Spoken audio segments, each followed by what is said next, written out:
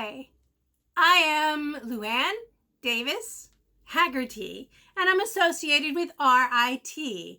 I've been involved in the Fringe Festival since it started. In fact, before I was involved in some of the discussions about bringing something like a Fringe Festival to Rochester, which I think is a very important thing for our community. You know why?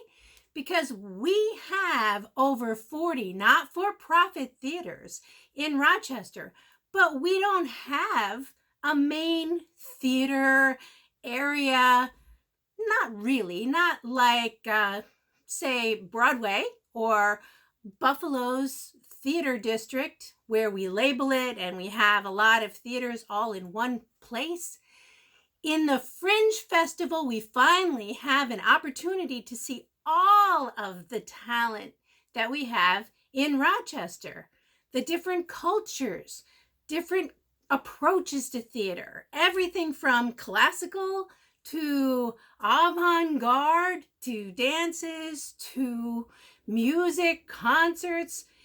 Rochester is an amazingly creative community, and the Fringe provides an opportunity for us to see each other and enjoy each other and appreciate the cultural mix, which builds community in a way you can't. You know, poets are the unacknowledged legislators.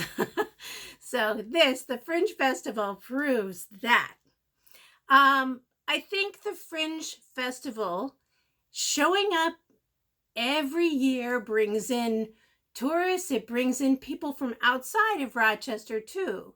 So they start to understand Rochester has a culture and artistic history and a mixed diversity of people and interests and styles they would never know if we didn't have that exciting event for people to come and visit.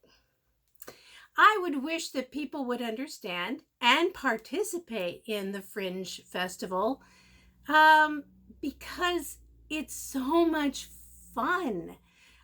What better way to make friends and build community and create a good connection, build positive energy in the world, than to have everybody come together and share in the fun, see something different.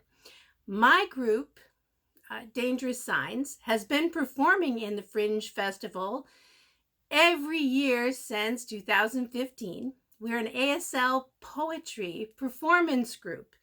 So that's one culture you don't see performing in public often.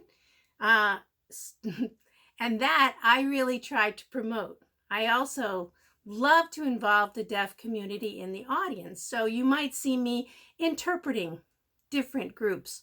We all support each other. The theater community is a community. It's not a competition. And the Fringe Festival proves that too. There's a lot of crossover where actors work with several different groups to make their performances happen. And for me, I've had the opportunity to see many of them because I'm interpreting for them.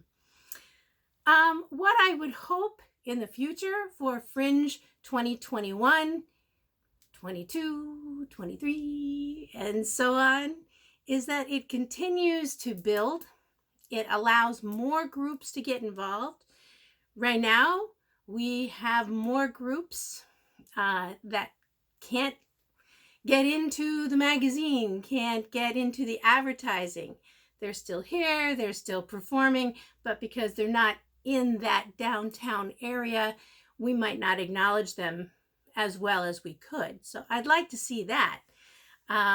Imagine not only the outside big international groups having news coverage, newspaper promotion on Facebook, on social media, but also our small groups, the people who survive through, the people who serve their own local community all the time.